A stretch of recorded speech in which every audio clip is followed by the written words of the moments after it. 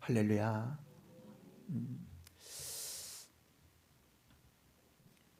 요즘 결혼 잔치가 굉장히 결혼 예식장이 붐빈다고 하는데요. 지난 3년 이상 동안에 거리두기 또는 그 감염으로 인해서 코로나 때문에 결혼식을 미루었던 사람들이 이제 시기가 끝나니까 다 함께 몰려서 그동안 3년 이상 되는 때에 결혼식장들이 문을 닫고 그리고 폐업을 하는 데도 있고 그래서 많이 없어졌다는 거예요. 그래서 전국적으로 결혼식장이 붐빈다 하는 이야기를 여러분 우리는 텔레비전에서 보았을 겁니다. 그 오늘 말씀이 혼인 잔치에 대한 비유이기도 하고 천국 말씀을 비유하는 그런 내용의 말씀을 주님이 우리에게 주시면서 주님의 가르치심이 우리에게 어떤 교훈을 주고 있는가를 깨닫게 되어지는데요. 오늘 2절의 말씀을 보면 천국은 그렇게 말씀합니다. 천국은 마치 자기 아들을 위하여 혼인잔치를 베푼 어떤 임금과 같다.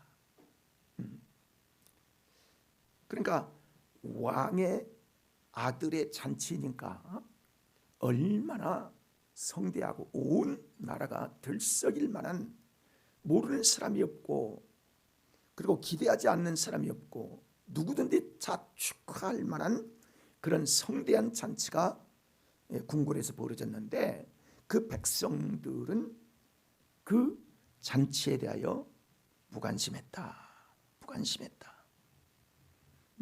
그래서 여기 보면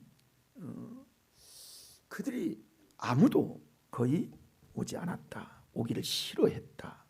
또 그저 자기 일에만 바빴지 그 왕의 아들의 잔치를 그들이 외면했다. 그런 말씀의 비유를 우리에게 주고 있어요. 먼저 초청 받은 사람들이 어떤 반응을 보였느냐, 이 부분들을 우리가 주목해 봐야 될 것입니다. 그들은 다 초청을 받았어요. 누구든지 데려오라 그랬는데 그들 중에 돌아보지 않았다. 돌아보지 않고 그랬어요. 3절부터 5절을 보면 초청을 받았지만 거절한 사람들의 모습이 쫙 나오는데요. 여기에 핵심적인 부분들은 그들이 돌아보지도 않고 그랬어요. 우리 말의 이 의미는 뭐예요? 관심을 전혀 갖지 않았다는 거죠. 여러분, 왕이 자기 아들을 위하여 초청을 한 모든 사람들이 돌아보지도 않았다. 전혀 관심을 기울이지 않았던 것은 왜 그럴까요? 어떤 이유가 있었겠지요? 그 한 가지 딱 이유가 있는데 자기 일에 바쁘고 자기 일이 그것보다 훨씬 더 소중하게 여겨지기 때문에 관심을 보이지 않았다. 오직 자기 관심, 오직 나의 목적, 오직 나의 뜻, 거기에 사람들이 돌아보지 않고 다 제 길 갈 길로 간 이런 부분들을 보여주고 있습니다. 그래서 일상적인 삶에 바빴던 사람들을 말해주고 있어요. 여러분, 도대체 이해가 안 되는 것이 이게 누구 초청이죠? 왕의 초청이에요. 왕의, 임금의 초청이에요. 우리로 말하면 대통령의 초청과 같은 거예요. 네, 그렇습니다. 누구의 잔치였죠? 왕의 아들의 잔치였어요. 그러니까 그 나라에서 가장 큰 관심사요, 나라에 가장 으뜸되는 그분의 아들의 잔치이기 때문에 관심을 기울이고 그 잔치의 성격을 알고 참여하는 것이 임금에 대한 도리가 아니겠습니까? 그런데 그렇게 하지 않았다. 그렇게 말씀을 합니다. 왕자의 혼인잔치요, 임금의 초청을 받았음에도 불구하고 거절하고 있으니 이게 말이 안 되는, 도대체 상식적으로는 이해가 되지 아니한 겁니다. 여러분, 만약에 윤석열 대통령이 청주에 있는 쉴만한 물가 교회, 사천동에 있는 쉴만한 물가 교회를 초청했으면 여러분 다 가야 돼요, 안 가야 돼요? 가고 싶어요, 안 가고 싶어요?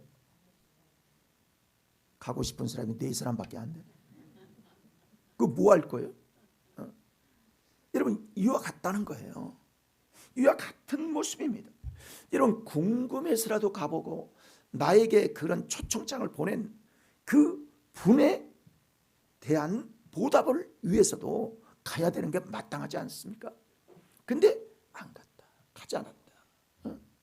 그렇습니다.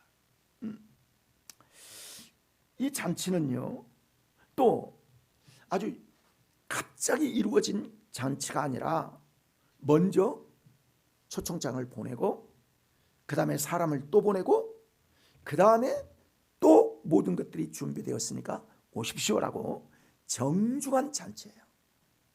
유대인의 잔치는요, 예식은 잔치는 첫 번째는 초청장을 보낸다는 거예요. 두 번째는 사람이 가서 얘기한다는 거예요. 세 번째는 모든 것들이 준비되었으니 꼭 오십시오라고 다시 한번 부탁을 한다는 거예요. 그래서 3번을 그들에게 말하고 그들이 참석하기를 원해서 초청을 한다는 거예요. 근데 오기를 싫어하는 거예요. 그러니까 참 이상한 거죠. 돌아보지 않고 다 거부했다, 이런 말씀입니다. 이 말씀을 보면 자기 자신의 일이 바빠서 여기 2가지 유형을 보는데, 한 사람은 밭으로 가고 한 사람은 자기 사업을 위해서 일하고 있다, 갔다. 그래서 세상이 다른 어떤 것에 관심을 기울이지 아니하고 오직 나, 오직 내 중심, 오직 나의 가족 중심의 그런 모습, 오직 나의 관심만 가지고 있는 그의 모습을, 그들의 모습을 우리가 보여주고 있는 것들을 보게 됩니다.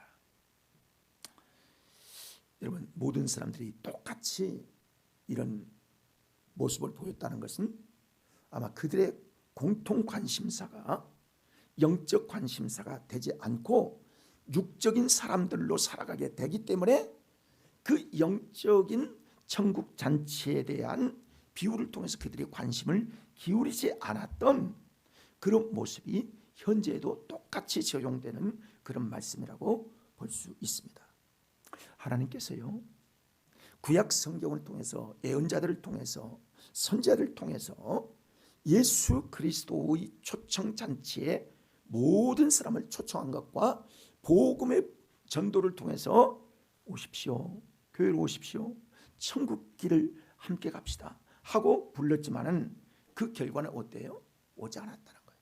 그래서 요한복음 1장 11절의 말씀을 보면 그렇게 말씀합니다. 자, 같이 읽어볼까요? 자기 땅에 오매 자기 백성이 영접하지 아니하였으나, 예수님이 즉 하나님의 아들 예수 그리스도께서 이 땅에 오셨지만은 자기 백성, 이스라엘 백성, 그 땅에서 오시고 그 동네에 오시고 그 마을에 오신 예수 그리스도를 영접하지 아니하였다.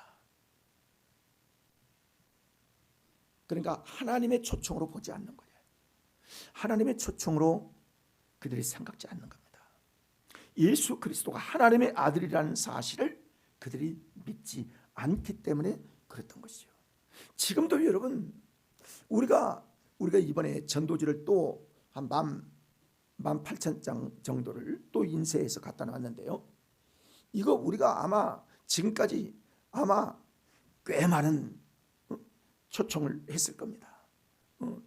우리가 그게 수세미인가 행주 전도로 주로 많이 했는데요, 이것도 굉장히 많이 샀습니다. 전도지도 많이 했습니다. 여러분, 그 중에요, 여러분이 한 번도 그거 가지고 전도하지 않는 분들은요, 전도해보지도 않는 분들, 뭘로 어떻게 전도하는지 모르는 분들, 여러분 좀 그렇죠? 이게 교회의 성도일까요? 그게 우리의 모습일까요? 모습이어야 될까요? 그렇지 않습니다. 그렇게 뿌리는 거예요. 전도하는 거예요. 초청잔치를 하는 거예요. 그래도 돌아오지 않아야한다. 여러분, 사람이 사는데 바쁘고 그리고 그 일상적인 삶을 사는 거 이게 나쁜 게 아닙니다. 바쁘다는 거 이게 어떻게 보면 건강하게 사는 삶일 거예요. 그런데 바쁠 수 있고 일상적인 삶이 있지만은 누구나 자기 일에 바쁜 게 잘못된 건 아니에요. 그러나 자기 밭으로 가거나 또는 주님 앞에 나오는 것을 거절하고 있는 그들의 우선순위가 문제입니다. 분명히 우선순위가 문제예요. 여러분, 우리가 생활을 해보지만은 우리가 바쁜 일이 있다고 해서 더 바쁜 일이 생기면 그 더 바쁜 일부터 하게 되지요. 그렇죠? 여러분, 우리가 살다가 일하다가 갑자기 병원에 갈 일이 있으면 병원에 가야 돼요? 안 가야 돼요? 먼저 일보다 병원에 가야 되죠. 이게 우선순위예요. 그와 같은 거예요. 당장 병원에 갈 사람이 안 갈 사람은 없을 거예요, 아마. 그와 마찬가지로 더 중요한 삶이 우리에게 있는데 이 더 중요한 삶이 세상에 가장 긴급하고 가장 소중한 삶이 하나님의 천국 잔치를 준비하여 초대받은 사람이 그 잔치에 가는 거예요. 그게 귀한 거예요. 말세에는요, 모든 사람들이 다 바쁠 것이다라고 성경에 분명히 예언되어 있습니다. 일을 많이 하는 거, 바쁜 것 자체가 문제가 되는 건 아니에요. 그러나 우선순위를 어디에 두는 것인가? 세상 사람들은 세상의 우선순위를 둘 거예요. 하나님을 믿는 사람들은 하나님을 믿는 데 우선을 둘 거예요. 내가 어떤 우선순위를 두는에 따라서 그 사람이 그리스도인인지 세상 사람인지 금방 알 수 있게 되는 것이죠. 자기 고백인 거예요. 하나님 앞에 자기 고백이 그렇게 되어지는 것입니다. 정신분석학자인 칼 융이라는 분이 있는데 그분은 그런 얘기를 했어요. 뭐라고 했냐면 사람이 급하고 조급하고 자기밖에 모르는 사람들은 그것이 마귀에게서 나오는 것이 아니라 그 바쁜 것 그 자체가 마귀다. 아주 조급하고 급한 거 이것 자체가 마귀다 하는 것은 하나님 앞에 내 중심을 하나님께 드리지 못하고 살아가는 삶의 모습을 그렇게 표현한 거예요. 우리가요 좀 생각해 볼 만 할 수 있어야 되는 겁니다. 여러분, 사람이 우리 이 말에 그러지요. 급할수록 천천히 돌아가야 한다. 또 급할수록 바른 길로 가야 한다 하는 이야기가 있잖아요. 여러분, 오늘 여러분이 주님 앞에 나온 것은 바른 길로 지금 가는 여러분의 발걸음의 고백인 줄 믿습니다. 세상이 바쁘게 돌아간다고 해서 아무런 목적도 없고 그리고 나도 바쁘게 함께 다 바쁘게 나도 바쁘게 이렇게 살 수는 없는 거예요. 하나님이 우리에게 주신 은혜 때 하나님이 우리에게 주신 이 소중한 때를 어떻게 준비하고 살아야 되느냐. 여러분, 예수 믿는 사람은 바쁘지 않기 때문에 예수를 믿는 거지 않잖아요. 그죠? 예수를 믿어도요 다 바빠요. 할 일 다 하는 거예요. 주일을 더구나 요즘은 토요일 주일을 쉬기 때문에 웬만한 직장들은 쉬기 때문에 하나님 앞에요 준비만 하면 누구든지 초청받아 주님 앞에 예배 자리에 나올 수 있게 되어지는 것입니다. 하나님은요 창세기 3장 9절을 통해서 아담을 부르신 하나님의 음성을 여러분 우리가 듣게 되는데요. 자, 함께 볼까요? 여호와 하나님이 아담을 부르시며 그에게 이르시되 내가 어디 있느냐. 자, 저를 보세요.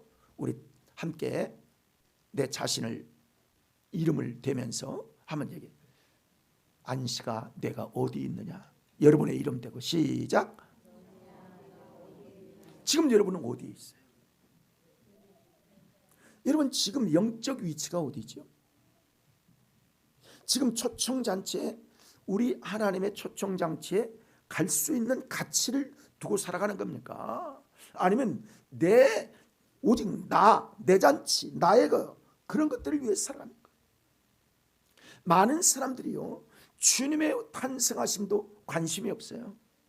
오직 오직 세상 여기에 관심을. 어떤 사람들은요 야, 돈 벌어놓고 예수 믿어야지. 또 어떤 사람은 얘만 키워놓고 돈 벌어야지. 교회 나가야지.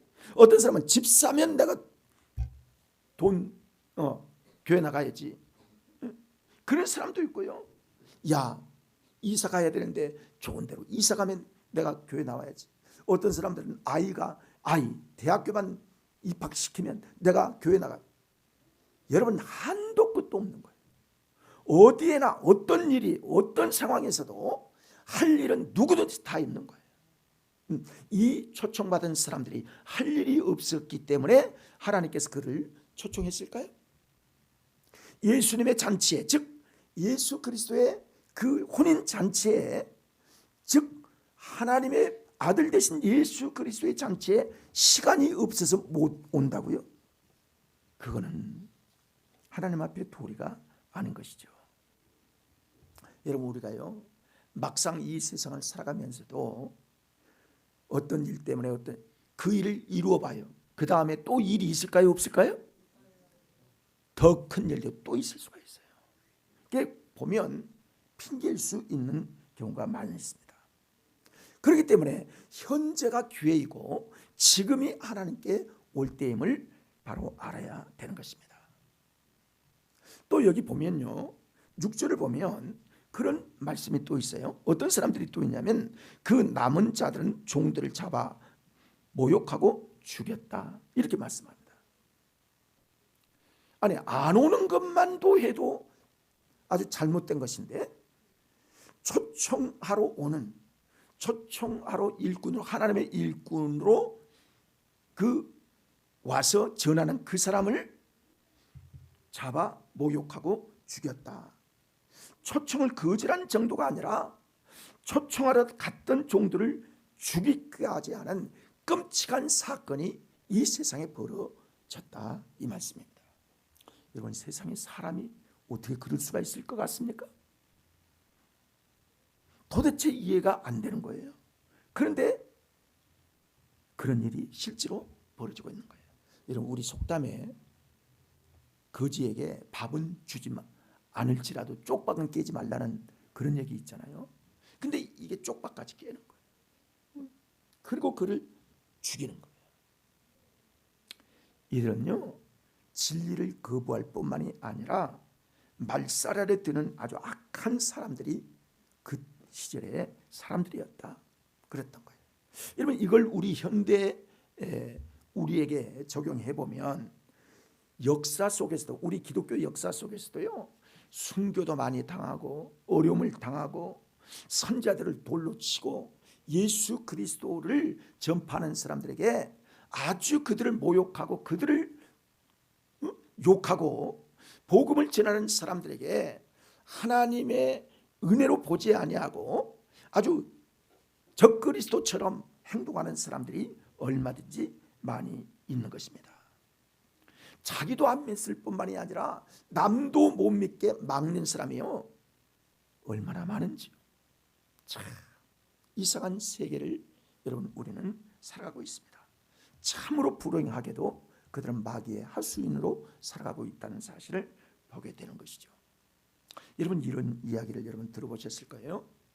소련에 지금 이제 러시아지만 옛날에 소련의 인공위성을 타고 가가린이라는 사람이 인공위성으로 이제 그 천체를 날아다니면서 그 인공위성을 타고 높이 올라가서 지구를 중심으로 돌면서 달도 보고 다른 곳도 가보면서 그가 내려와서 하는 소리가 뭐라고 하냐면, 야, 내가 하늘나라가 있다고, 천국에 있다고 그러는데 내가 다 여행을 해봐도 천국도 없고 하나님도 못 봤다, 그런 얘기를 하는 거예요. 그러니까 사람들이 그러면 그렇지 라고 얘기하는 거예요.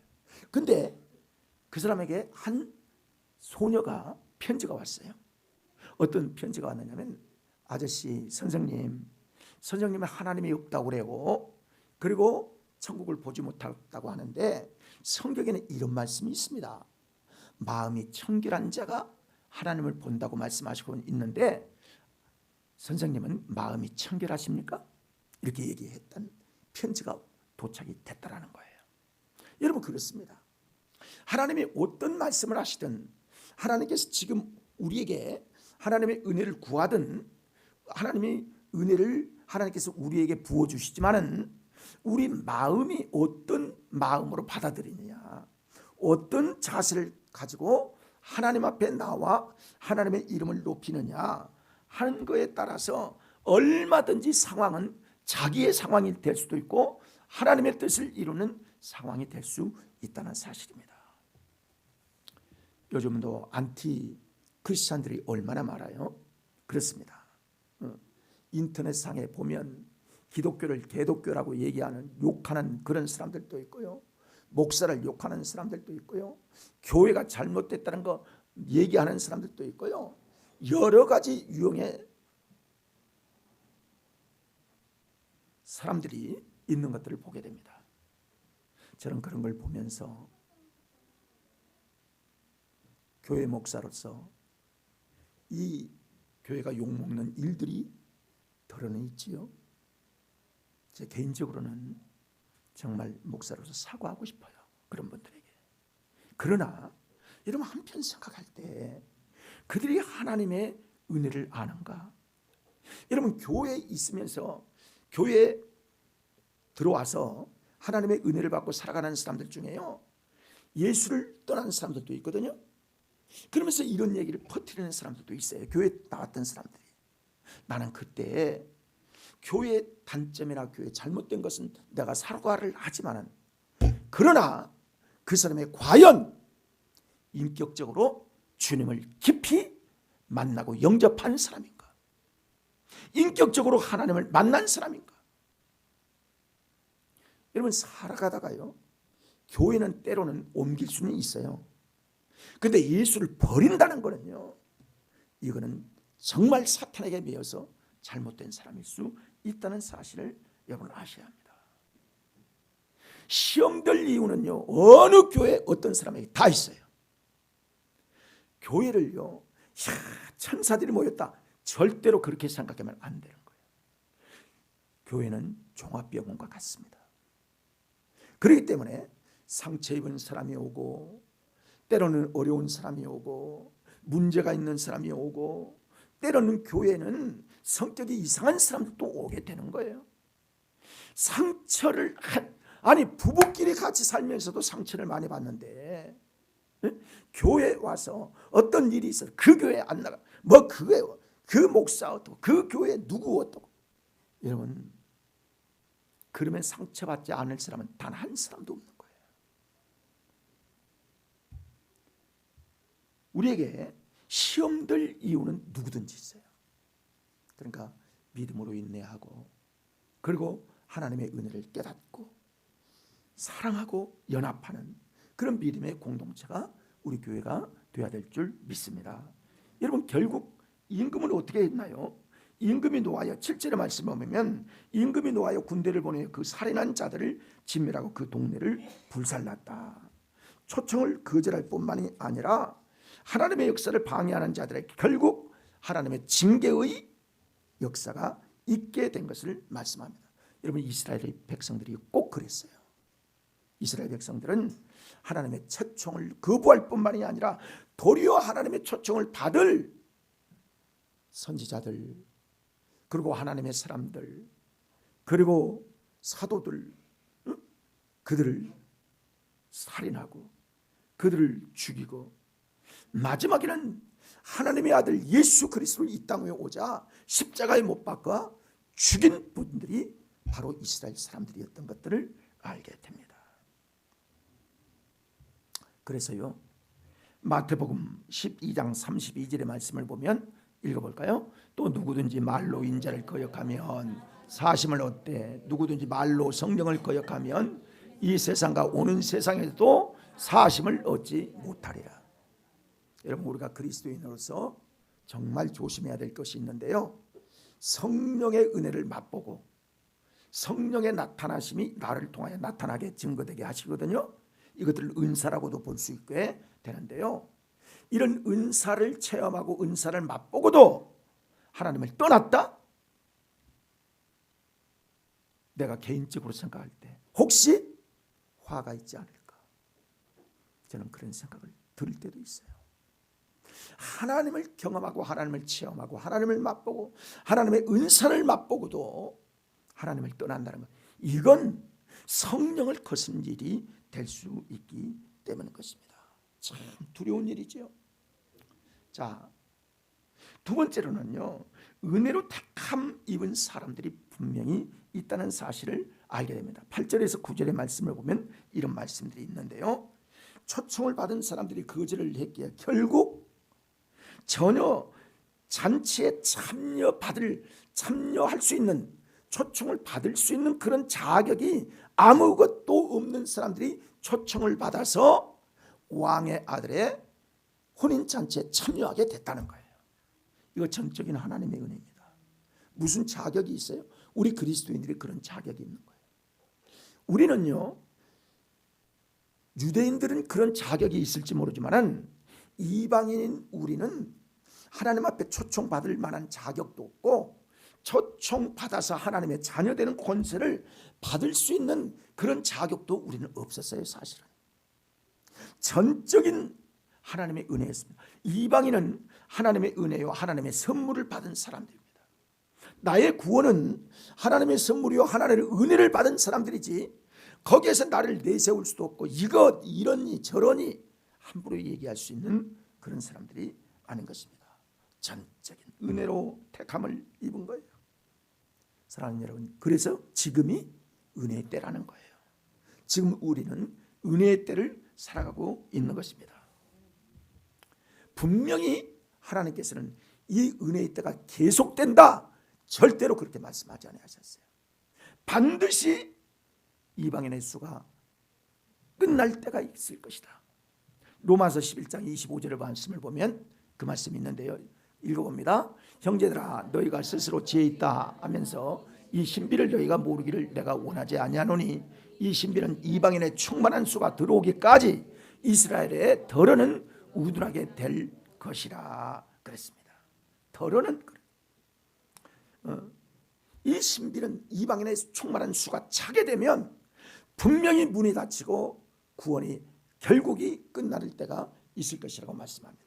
누가복음 21장 24절의 말씀을 보면 같이 읽어봅니다. 그들이 칼날에 죽임을 당하며 모든 이방에 사로잡혀 가겠고 예루살렘은 이방인의 때가 차기까지 이방인들에게 밟히리라. 분명히 이런 때가 있어요. 하나님은 은혜의 때가 있고 심판의 날이 있어요. 그러니까 은혜의 때에 은혜 받을 믿음의 사람들을 찾고 계시는 것입니다. 그러니까 우리를 하나님께서 부르실 때에는 여러분 모든 혼인 준비를 갖추시고 좋은 음식을 만들고 초청을 하고 예복을 입혀서 하나님의 잔치에 참여한 것은 모두 다 하나님이 준비하신 것이지 사람이 준비한 건 오는 것밖에 없어요. 와서 참여하는 것 밖에는 다른 게 없어요. 그렇게 하나님은 우리의 모든 것들을 위하여 준비를 하셨습니다. 이 잔치에 오는 거예요. 누구든지 들어오기만 하면 되는 거예요. 누구든지 믿기만 하면 구원을 받겠다고 하나님 말씀하신 거예요.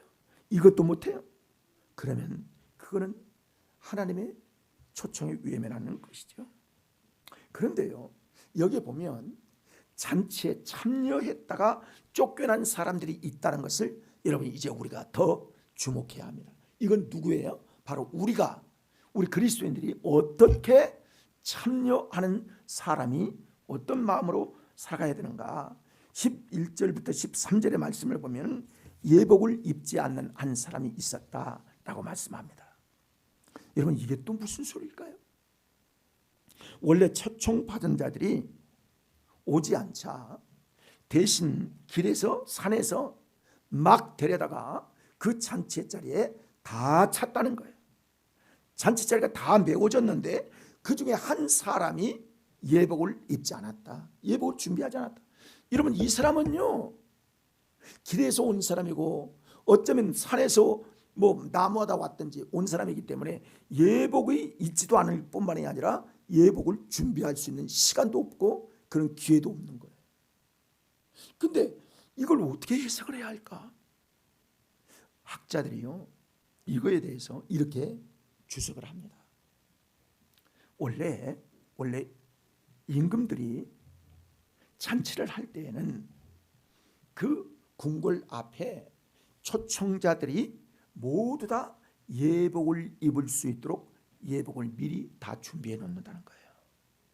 그러니까 그 초청받은 사람이 처음부터 예복을 입는 것이 아니라 거기에서 자기의 더러운 옷을 벗고 그 준비한 예복을 입고 잔치에 들어가야 한다는 거예요. 그렇기 때문에 이 한 사람은 자기가 예복을 입지 않았다는 것은 예복을 입으려고 하는 그 생각이 그에게 있지 않아서 예복에 대하여 거부한 사람이라는 거예요. 그렇습니다. 오늘 우리에게 하나님은 하나님의 초청을 다 받게 하셨어요. 그러면 우리에게 하나님이 말씀하십니다. 예수님께서 우리의